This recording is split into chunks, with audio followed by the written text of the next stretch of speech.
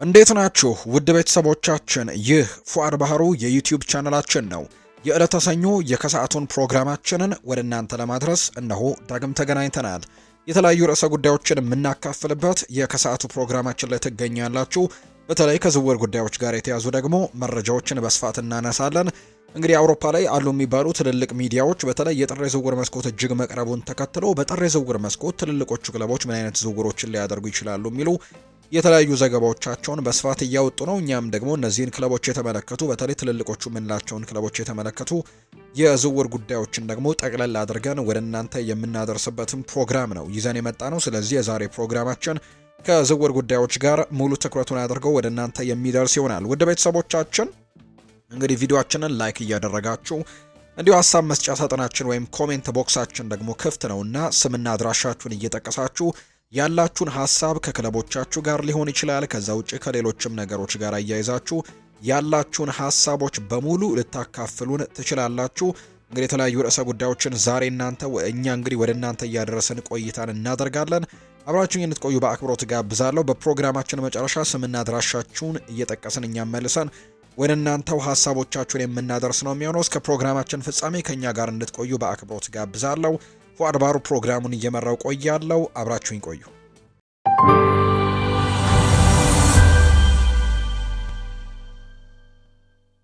የሊቨርፑል ኮከብ ሞሐመድ ሳላህ በዘንድሮው የውድድር ዓመት በአንፊልድ ያለው ብቃቱ ዝቅ ማለቱን ተከትሎ አሁንም በሳዑዲ አረቢያ ሊግ ክለቦች እንደሚፈለግ መረጃዎች እየወጡ ነው። ግብፃዊው እንግዲህ ተጫዋች ከሊቨርፑል ጋር ታሪካዊ ስኬትን ያሳየ ቢሆንም በዚህ የውድድር ዘመን ግን ብቃቱ መዳከም እያሳየ ነው። እድሜውም እየገፋ መሆኑ የሚያሳዩ ምልክቶች እየታዩ ሊሆን ይችላል። በቶክ ስፖርት ዘገባ መሰረት ሳላሁንም እንደ አልሂላልና አልቀዲሺያ በመሳሰሉ ክለቦች የትኩረት ማዕከል ሆኖ ነው አሁንም የሚገኘው። ይሁን እንጂ ሪፖርቱ ሳላ በቅርቡ ሊቨርፑል ለመቆየት ሲል ከሳዑዲ አረቢያ የሚቀርቡለትን ከፍተኛ የገንዘብ ጥያቄዎችም ውድቅ ማድረጉንም አስታውሷል። ባለፈው የውድድር ዓመት ለአብዛኛው ጊዜ የሳላ የወደፊት ምን እንደሚሆን አጠያቂ ሆኖ ቆይቶ ነበር፣ ምክንያቱም ኮንትራቱ የሚጠናቀቅበት ጊዜ በጣም መቅረቡን ተከትሎ። ሆኖም ግን በመጨረሻም የሊቨርፑል ደጋፊዎችን በማሳረፍ አዲስ ውል መፈረሙ ይታወሳል። አሁን ላይ ግን የ33 ዓመቱ ኮከብ ባለፉት 12 ጨዋታዎች ያስቆጠረው 2 ጎሎችን ብቻ በመሆኑ ምክንያት እንዲሁ ደግሞ ከዌስትሃም ዩናይትድ ጋር ከተደረገ ጨዋታ ጀምሮ ደግሞ በነበሩ ጨዋታዎች ላይ ተቀያሪ ወንበር ላይ ተቀምጦ ስለነበር በጣም ከባድ ጊዜዎችን እያሳለፈ እንደሆነ የሚታወቅ ጉዳይ ነው። እንደ ሳላ ያለ ታላቅ ተጫዋች ብቃቱ በዚህ ፍጥነት መውረዱ አስገራሚ ነው። ምክንያቱም ከጥቂት ወራት በፊት ክሪስቲያኖ ሮናልዶን በመምሰል እስከ 30ዎቹ መጨረሻ ድረስም በከፍተኛ ደረጃ መጫወት የሚችል አይነት ተጫዋች እንደሆነ አሳይቶ ነበር። ነገር ግን አሁን ላይ ነገሩ ይህ ያልሆነ ይመስላል። ሳላ በሳዑዲ ዝቅ ባለ ደረጃ ለመጫወት የቀረበለትን ከፍተኛ ገንዘብ ለመቀበልም ሊፈተን ይችላል ተብሎ ነው የሚታሰበው። ሊቨርፑል የቦርንመስ ኮከብ የሆነው አንቷን ሴሜኒዮን በግንባር ቀደምትነት እንደሚያሳድድ ሰፊ ግምቶችም እየተሰጡ ነው። ይህ ደግሞ በአርኔ ስሎት የፊት መስመር ላይ ሳላህን ለመተካት ጥሩ አማራጭ ሊሆን ይችላል ተብሎ ነው የሚታሰበው። የቀድሞው የክሪስታል ፓላስ ተጫዋች የሆነው ሚኬል ኦሊሴ ደግሞ በባየር ሚኒክ በድንቅ ብቃት ላይ የሚገኝ ሲሆን ወደ ፕሪሚየር ሊግ ሊመልሱት ከሚፈልጉ ክለቦችም አንደኛው መሆኑን የተዘገበው። ሴሜኒዮ ወይም ደግሞ ሚኬል ኦሊሴ በጣም ተመራጭ ሊሆኑ ቢችሉም ሳላህን መተካት ግን ለሊቨርፑል ከባድ ይሆናል። ምክንያቱም ለክለቡ በ419 ጨዋታዎች ያስቆጠረው 250 ግቦችን ብቻ እንደሆነ የሚታወቅ ጉዳይ እንግዲህ 250 ያክል ጎሎችን በጣም ብዙ ጎል ነው። እንግዲህ በጣም በሊቨርፑል ታሪክም ሶስተኛው ከፍተኛ ግብ አስቆጣሪ እንደሆነ ይታወቃልና ለሊቨርፑል እነዚህን ታሪኮች መስራቱ የሚታወስ ነው። ማንቸስተር ዩናይትድ ከክሪስታል ፓላስ የእንግሊዙን አማካይ አደም ዋርተንን ለማስፈረም የመሃል ሜዳውንም ለማሻሻል ትልቅ ፍላጎት አለው። ይህ እንግሊዛዊ አማካይ በ2024 ክሪስታል ፓላስን ከተቀላቀለበት ጊዜ ጀምሮ በፕሪሚየር ሊጉ ተስፋ ሰጪ ተጫዋች ሆኖ ቆይቷል። በትክክለኛ አመራር ከፍተኛ ደረጃ ላይ መድረስ የሚችል ሲሆን ማንቸስተር ዩናይትድን ማስፈረሙ ደግሞ ለሱ ጠቃሚ ያደርገዋል። ከፌጂያስ በተገኘው ዘገባ መሰረት ማንቸስተር ዩናይትድ አሁን ላይ ግብይቱን ለማጠናቀቅም 70 ሚሊዮን ፓውንድ የሚቀርብለትን ጥያቄ እያዘጋጀ ነው። ክሪስታል ፓላስ ተጫዋቹን እንዲሸጥ ማሳመን የሚችሉ እንደሆነ ወደፊት የሚታይ ጉዳይ ነው። ማንቸስተር ዩናይትድን የመቀላቀል እድሉ ለአደም ዋርተን ማራኪ ይሆናል። ይህ ደግሞ በሙያው ወደፊትም ትልቅ እርምጃ ሊሆን እንደሚችልና በሀገሪቱ ውስጥ ካሉ ታላላቅ ክለቦችም በአንዱ መጫወት ይችላል ተብሎ ነው የሚታመነው። ማንቸስተር ዩናይትድ ለዋና ዋንጫዎች መታገል የሚችል ቡድን ለመገንባት እየፈለገ ሲሆን አደም ዋርተን የፕሮጀክቱ አካል ለመሆንም ሊፈልግ ይችላል ተብሎ ነው የሚታሰበው። ክሪስታል ፓላስ በሚቀጥሉት ወራት የእሱን መውጣት ለመፍቀድም ዝግጁ ይሆን እንደሆነ ማየቱ አስደሳች ያደርገዋል። እሱ ከምርጥ ተጫዋቾች አንዱ በመሆኑ እሱን ማጣት ደግሞ ቡድኑን ያዳክመዋል። እንደሱ ያለ ተጫዋችም በቀላሉ እንዲሄድም አይፈልጉም የተባለው ሪፖርቱ እንደሚያመለክተው ክሪስታል ፓላስ ዋጋው ወደ 80 እስከ 100 ሚሊዮን ፓውንድ አጠገበም ይገመታል። ባለፈው ዓመት የዝውውር ገበያው ምን ያክል እንደጨመረ ግምት ውስጥ ሲገባ ክሪስታል ፓላስ ተጫዋቹን በርካሽ ይለቃል ብሎ ማሰብ አይቻልም ተብሎ ነው የሚታሰበው። ማንቸስተር ዩናይትድ ግብይቱንም ለማጠናቀቅ ተጨማሪ ክፍያ መክፈልም ይኖርበታል ተብሏል። የ21 ዓመቱ ተጫዋች ማስፈረምም ለነሱ ተስማሚ ነው ተብሎ ይታሰባል። ከመከላከል ሽፋን አንጻርም እንዲሁ ደግሞ ከመሃል ሜዳ ጥልቀት የመቆጣጠር አቅምም ይጨምርላቸዋል ተብሎ ነው የሚታሰበው። ማንቸስተር ዩናይትድ በመሃል ሜዳው ላይ ጭምርም ይህንን ተጫዋች መጨመሩ በጣም በትልቁ ጥቅም ይሰጠዋል ተብሎ ይታሰባል። ይህንን የእንግሊዝ ብሔራዊ ቡድን ተጫዋች መጨመርም ነገሮችን ሊለውጥላቸው እንደሚችል ጭምር ነው መረጃዎቹ እየወጡ የሚገኙት። ቶተንሃም ሆትስፐርስ በሚቀጥሉት ወራት የመሃል ሜዳውን ለማጠናከር እየፈለገ ነው። ካርሎስ ባሌባና አደም ዋርተን ደግሞ ትልቅ ኢላማዎች እንደሚሆኑ ጭምር ነው እየተገለጸ የሚገኘው። የመሃል ሜዳውን ማሻሻል በትልቁ ትኩረት ተሰጥቶት የሚሰራበት ቦታ እንደሆነ ይታመናል። በሚቀጥሉት ሁለት የዝውውር መስኮቶችን በተለይ ከፍተኛ ወጪዎችን በዛ ቦታ ላይ ያደርጋሉ ተብሎ እንደሚጠበቅ ጭምር ነው መረጃዎች ወጡ። ቶተንሃም በፋይናንስ ሁኔታውን እንግዲህ በመቀበልም እስከ ውድድር ዓመቱ መጨረሻ ድረስም ይህንን ነገር ሊጠብቁ የሚችሉበት እድሉ እንዳለ ነው እየተገመተ የሚገኘው። ቶተንሃም እንግዲህ የፋይናንስ ሁኔታቸውን ማስተካከል ይኖርባቸዋል። እስከ ውድድር ዓመቱ መጨረሻም ይህንን ነገር ለማድረግም ሙከራዎችን ያደርጋሉ ተብሎ ነው የሚታሰበው። ይህ በእንዲህ እንዳለ ግን ለራሳቸው ግብይቶችን ገንዘብ ለማሰባሰብም ይቪስ ቢሱማን ለመሸጥም ሊያስቡ ይችላሉ። መጀመሪያ ላይ ተጫዋቹ የውድድር ዓመቱ መጨረሻ ይሸጣል ተብሎ ይጠበቅ ነበር። ነገር ግን ስፐርስ አሁን ላይ እንግዲህ በጥር ወር እንዲሄድም ሊፈቅዱለት እንደሚችል ነው የተጠቆመው። በመሃል ሜዳ ላይ የበለጠ ጥራት ያለው ተጫዋች ያስፈልጋቸዋል። እናም ጥራት ያለው ተተኪ ማግኘት ከቻሉ ብቻ የአፍሪካዊውን ተጫዋች መሸጥም ይኖርባቸዋል። ጥራት ያለው አማራጭ ሳይኖር በጥር ወር እሱን መሸጥም ትልቅ ስህተት ይሆናል ተብሎ ነው የሚታሰበው። እንደ ዋርተን ያለ ተጫዋች ደግሞ ለነሱ ተመራጭ ግዢ ነው የሚሆነው። የ21 ዓመቱ ወጣት ልዩ ችሎታ ያለውና ብሩህ የወደፊት እጣ ያለው ሲሆን በሊግ ውስጥም ካሉ ምርጥ ተጫዋቾች አንደኛው ሊሆን ይችላል ተብሎ ነው የሚታሰበው። ስፐርስ የሱን ፊርማ ማግኘት ከቻለ የመሃል ሜዳውን ክፍልም ለሚቀጥሉት ዓመታት ማስተካከል ይችላል። ክሪስታል ፓላስ በቀላሉ ለመሸጥ አይፈልጉም። እናም ለወጣቱ አማካይም ከፍተኛ መጠን ያለው ገንዘብም ይጠይቃል። በሴልኸርስት ፓርክ በመጫወት ደግሞ እየተደሰተ ሲሆን ለመውጣት ግፊት የማድረግ እድሉ አነስተኛ ነው ተብሏል። ቶተንሃም ግብይቱን ለማጠናቀቅም ብዙ ገንዘቦችን መክፈል ይኖርበታል ተብሎ እንደሚታሰብ ነው መረጃው የወጣው። የማንቸስተር ዩናይትድ አጥቂ ጆሹዋ ዘርክዚ ባለፉት ወራት ከክለቡ ጋር ስሙ እየተያዘ ነበር ለመልቀቅ። የኔዘርላንድ ብሔራዊ ቡድን ተጫዋች በእንግሊዝ ክለብ ውስጥ መደበኛ እድሎችን ለማግኘት ሲታገል የቆየ ሲሆን በጥር ወር ክለቡን ይለቃል ተብሎ ይጠበቅ ነበር። ዌስትሃም ዩናይትድ በጆሹዋ ዘርክዚ ላይ ፍላጎት አለው። ሮማ የሱን ፊርማ ለማስጠበቅ ፍላጎት አላቸው። ሆኖም ግን ከቲም ቶክ የወጣ ዘገባ እንደሚያመለክተው አሰልጣኝ ሩበን አሞሪም አሁን ላይ በተጫዋቹ የወደፊት እጣ ፈንታ ላይ አቋሙን ቀይሯል። እናም የኔዘርላንድ ብሔራዊ ቡድን ተጫዋች በክለቡ እንዲቆይም እየፈለጉ ነው። ፖርቱጋላዊው አሰልጣኝ በተጫዋቹ ጠንካራ ስራና ባለፉት ሳምንታት ባሳየው አቋምም ተደንቀዋል። አሁን ላይ መደበኛ የመሰለፍ ዕድል ማግኘት ይቻል እንደሆነ ማየቱ አስደሳች ያደርገዋል። እሱ ብሩህ የወደፊት እጣ ያለው ጎበዝ ተጫዋች መሆኑ ምንም ጥርጥር የለውም። የቀድሞ እምነቱንም መልሶ ማግኘትም ከቻለ ከማንቸስተር ዩናይትድ ጥራት ያለው ተጫዋች ሆኖ ሊያድግ ይችላል። እሱ ከጎል አስቆጣሪነት በላይ ነው። እናም ደግሞ ለቡድኑ ፈጠራና ቅንጅትንም ይጨምራል ተብሎ ነው የሚታሰበው። ማንቸስተር ዩናይትድ በክረምቱ የዝውውር መስኮት ቤንጃሚን ሼስኮን ቢያስፈርምም ስሎቬኒያዊውን አሁን ላይ ደግሞ እንደዚህ አሁንም ቢሆን እንግዲህ ከእንግሊዝ እግር ኳስ ጋር እየተላመደ ነው። ማንቸስተር ዩናይትድ በአጥቂው ክፍል ውስጥ የበለጠ ጥልቀትም ያስፈልገዋል። እናም ሆላንዳዊው አጥቂውን በክለቡ ማቆየትም ተመራጭ ሊሆን ይችላል። ተጫዋቹ ከጥር ወር በኋላ ለመቆየትም ፍቃደኛ መሆን አለመሆኑ ማየቱ አስደሳች ያደርገዋል። በኦልድ ትራፎርድ ለመቀጠልም ከፈለገም መደበኛ እድሎች ያስፈልጉታል። እንደ አውሮፓውያኑ አቆጣጠር በ2026 የዓለም ዋንጫ እየመጣ በመሆኑ የኔዘርላንድ ብሔራዊ ቡድን አባል መሆን ይፈልጋል። ማንቸስተር ዩናይትድም ወንበር ላይ መቀመጥ አይጠቅመውም። በክለቡ እንዲቆይ ከፈለጉ ደግሞ አስፈላጊ ማረጋገጫ ሊሰጡት እንደሚገባ ነው መረጃዎች የወጡት።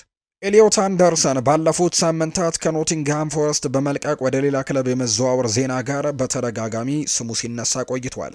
የ23 ዓመቱ ተጫዋች በፕሪሚየር ሊጉ በጥሩ ሁኔታ እየሰራ ሲሆን ከፍተኛ ክለቦች ለሱ ፍላጎት ማሳየታቸው አያስደንቅም። ማንቸስተር ዩናይትድ በቅርብ ጊዜ ውስጥም ተጫዋቹን ለማስፈረም ተስፋ አድርጓል። ነገር ግን ከቲም ቶክ በተገኘ መረጃ መሰረት ከማንቸስተር ሲቲና ከሊቨርፑል ባለው ፍላጎትም ምክንያት ስጋት አድሮባቸዋል። ማንቸስተር ዩናይትድ በቅርብ ወቅቶችም ለዋና ዋንጫዎች መታገል አልቻለም። እናም ተጫዋቹን ደግሞ ክለቡን እንዲለቅ ማሳመን ይችሉ እንደሆነ ማየቱ አስደሳች ያደርገዋል። እንደ ማንቸስተር ሲቲና ሊቨርፑል ያሉ ክለቦች ለኤሊዮት አንደርሰን የበለጠ ማራኪ መዳረሻ ሊሆኑ ይችላሉ። እነዚህ ክለቦች በመደበኛነት ለዋና ዋንጫዎች ሲፋለሙ ቆይተዋል። ሁኔታው እንዴት እንደሚዳብርም የሚታይ ነው የሚሆነው። ዩናይትድ ቡድኑን በመከላከል ረገድ ሊጠብቅና ጨዋታውንም ከመሃል ሜዳ እንዲቆጣጠሩ ሊረዳቸው የሚችል እንደሱ ያለ ጥራት ያለው አማካይም በጣም ያስፈልጋቸዋል። ኤሊዮት አንደርሰን ብሩህ የወደፊት እጣ ያለው ተስፋ ሰጪ ተሰጥኦ ነው። እናም በከፍተኛ ደረጃ መወዳደርም ይገባዋል። በመጨረሻም ለትልቅ ክለብ መጫወት ይፈልጋል። እናም ወደ ማንቸስተር ዩናይትድ መሄድ ለሱ ተስማሚ ሊሆን ይችላል። ሆኖም ግን ዝውውሩ እንዲሳካላቸው ከፈለጉ በአራቱ ከፍተኛ ክለቦች ውስጥ ማጠናቀቅ ሊኖርባቸው እንደሚችል መገመቱ ተገቢ ነው። ሊቨርፑልና ማንቸስተር ሲቲ ለዋና ዋንጫዎችም ያለማቋረጥ የሚፋለሙበትን መድረክም ሊሰጡት ይችላሉ። ሁኔታው እንዴት እንደሚዳበር የሚታይ ይሆናል። ዩናይትድ ከፍተኛ ጥራት ያላቸው ተጫዋቾችን ከመሳብም ከፈለገ የቻምፒየንስ ሊግ ማጣሪያንም ማስጠበቅ ይኖርበታል። የ23 ዓመቱ ተጫዋች በፕሪሚየር ሊጉ ጥሩ ሰርቶ ያሳለፈ በመሆኑ በትልቅ ክለብ ውስጥም ፈጣን ለውጥ ማምጣትን ይችላል። በከፍተኛ ደረጃ የመወዳደር ችሎታም አለው። በሶስቱም ቡድኖች ውስጥ ደግሞ ቢገባ የተሻለ ያደርጋቸዋል ተብሎ ነው የሚታሰበው። ማርክ ጎሂ በክረምቱ የዝውውር የመጨረሻ ቀን ወደ ሊቨርፑል ሊያደርግ የነበረውን ዝውውርም ድንገት መሰረዙ የዚህ ውድድር ዘመን እጅግ አነጋጋሪ ከሆኑ ጉዳዮች አንደኛው ነበር። የክሪስታል ፓላሱ አሰልጣኝ ኦሊቨር ግላርሰን ካፕቴናቸውን የመሸጥ ስጋት ከክለቡ ለመልቀቅም አስፈራርተዋል በሚል በተናፈሰው ወሬ መሃልም ኦስትሪያዊው አሰልጣኝ አሁን ላይ ጉዳዩን አብራርተውታል። ለሊቀመንበሩ ስቲቭ ፓሪሽ የሰጡት ተግባራዊና ስፖርታዊ ምክርም በመግለጽ ስምምነቱ እንዲቆም ማድረጋቸውን ተናግረዋል። ኦሊቨር ግላርሰን በሰጡት ጋዜጣዊ መግለጫ የስልጣን መልቀቂያ ስጋትን በተመለከተ የወጡ ዘገባዎች ሙሉ በሙሉ ስህተት መሆናቸውንም አጥብቀው ውድቅ አድርገዋል። ይልቁንም የሰጡት አስተያየት በክለቡ እውነት ላይ የተመሰረተ ቀላል ግን አስፈላጊ የስፖርት ምክር እንደነበረም ነው ያስረዱት። አሰልጣኙ እንደገለጹት ቁልፍይቱ በአደጋ አያያዝና በቡድን ጥልቀት ላይም እያተኮረ ነበር ነው የተባለው። ኦሊቨር ግላርሰን ሲያስረዱ ሁሉም ሰው እኔ መልቀቅ እንደምችል አስፈራርቻለሁ ብሏል። ይህን ሙሉ በሙሉ ስህተት ነው። እኔ ያልኩት ማርክ ጉሂን ከሸጣችሁና ትክክለኛ ምትክ ከሌለንም ልንቸገር እንችላለን ነው ሲልም ጭምር ነው የተናገረው። በዚህ ከተስማማችሁ ደግሞ ሽጡት ብዬም ነበር ሲል ይናገራል። አሰልጣኙ ምክራቸው ላይ ተጽዕኖ ያሳደሩ በርካታ ወሳኝ ነገሮችን ጠቅሰዋል። ከነዚህ መካከል የተጨናነቀ የጨዋታ መርሃ ግብር፣ ለአፍሪካ ዋንጫ ተጫዋቾች ሊሄዱ መቻላቸው፣ እንዲሁም ተጽዕኖ ፈጣሪ ለሆነው የመሃል ተከላካይም ልምድ ያለውና ዝግጁ ምትክም አለመኖር ይገኙበታል። ሊቨርፑል 35 ሚሊዮን ፓውንድ እንደከፈለና ማርክ ጉሂም የሕክምና ምርመራውን እንኳን ማጠናቀቁን ከግምት ውስጥ ሲያስገባ የኦሊቨር ግላርሰን ጠንካራ ምክር ወሳኝ ነገር ነበር። ይህም ፓሪሽ ከፍተኛ የገንዘብ አቅም ከማግኘትና ወደ ሜዳ ላይ ደግሞ የክለቡን መረጋጋት ከማስቀጠል አንዱን እንዲመርጡ አስገድዷቸዋል።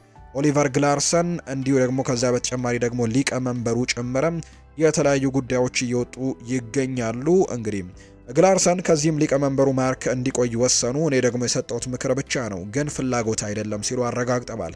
የገንዘብ ሳይሆን የቡድን ስፖርታዊ ተስፋዎችን ቅድሚያ በመስጠትም ፓሪሽን አመስግነዋል የተባለው የማርክ ጉሂ የወደፊት እጣ ፈንታ በጥር ወር የመልቀቅ ዕድሉ አሁንም ሰፊ ነው።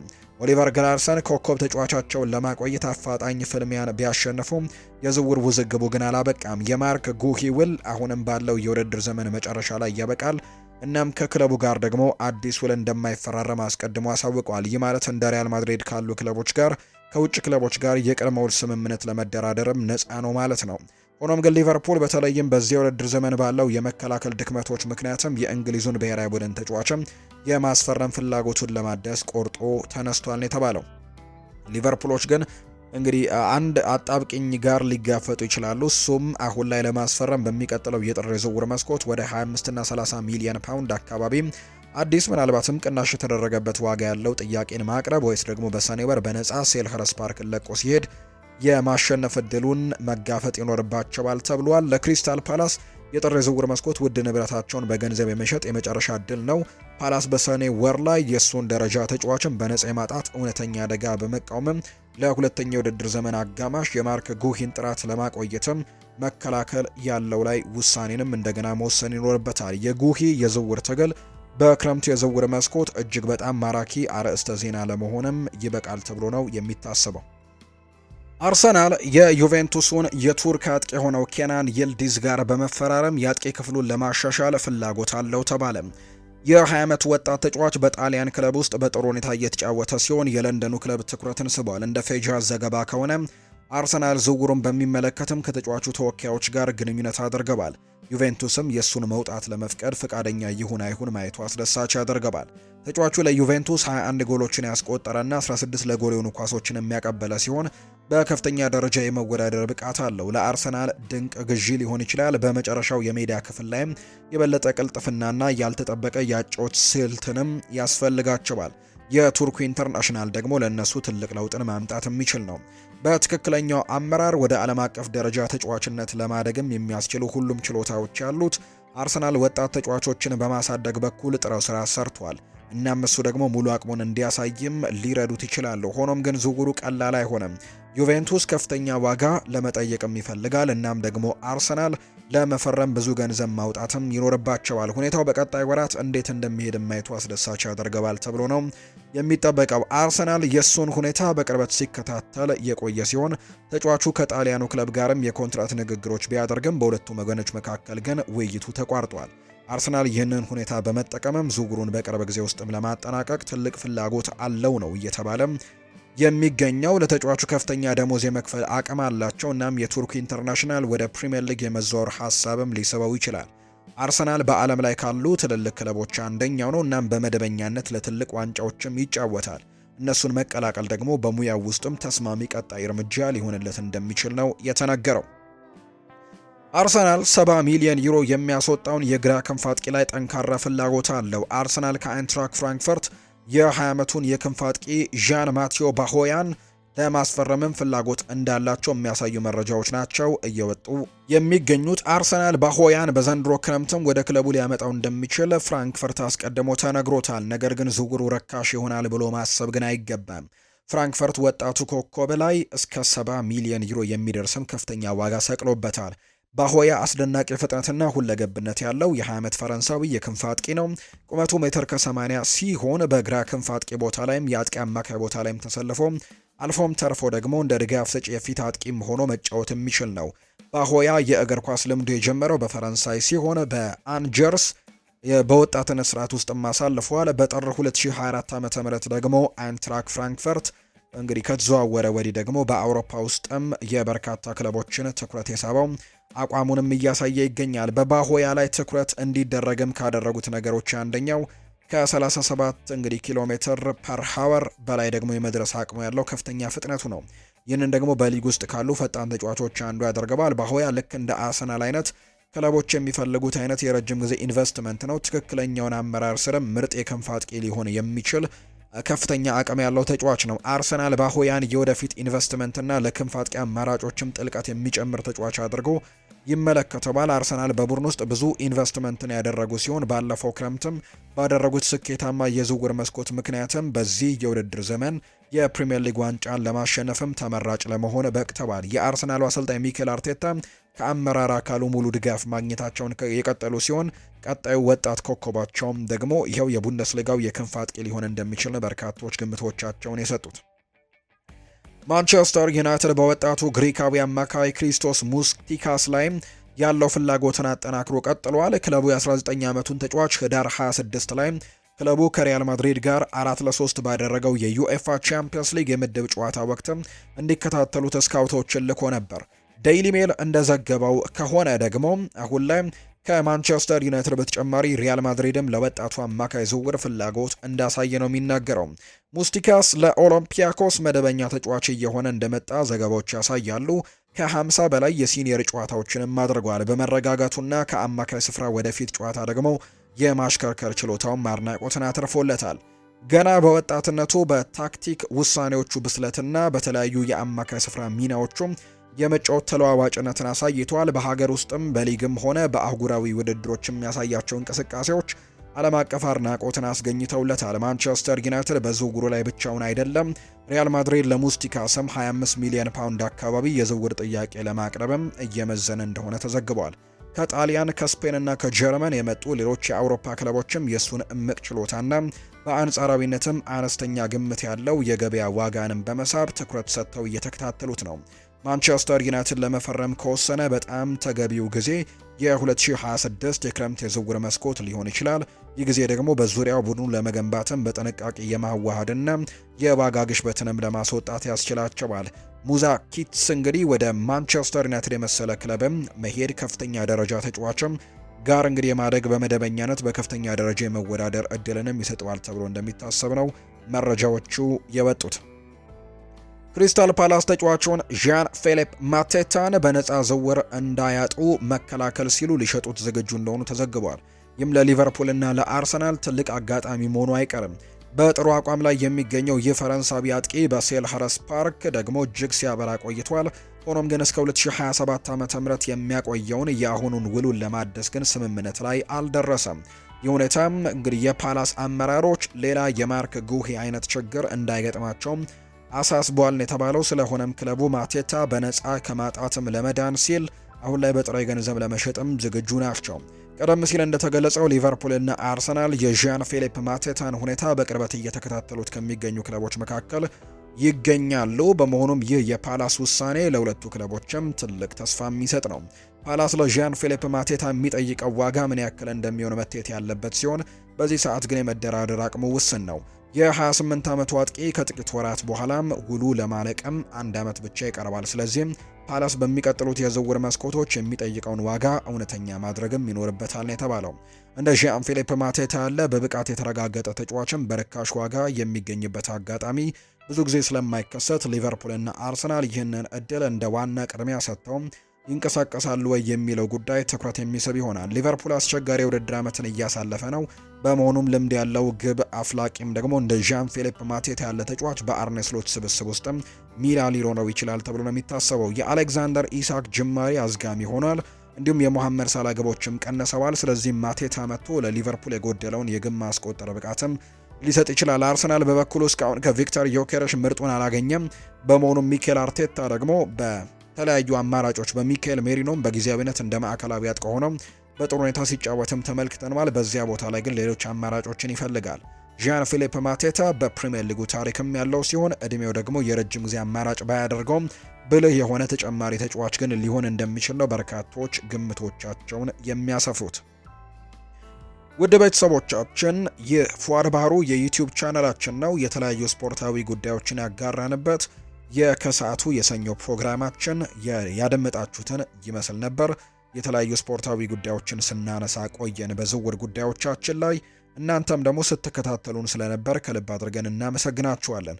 ፉአድ ባህሩ ፕሮግራሙን ስመራ ከእናንተ ጋር ቆየሁኝ። የተለያዩ ስፖርታዊ ጉዳዮችን አነሳሁኝ።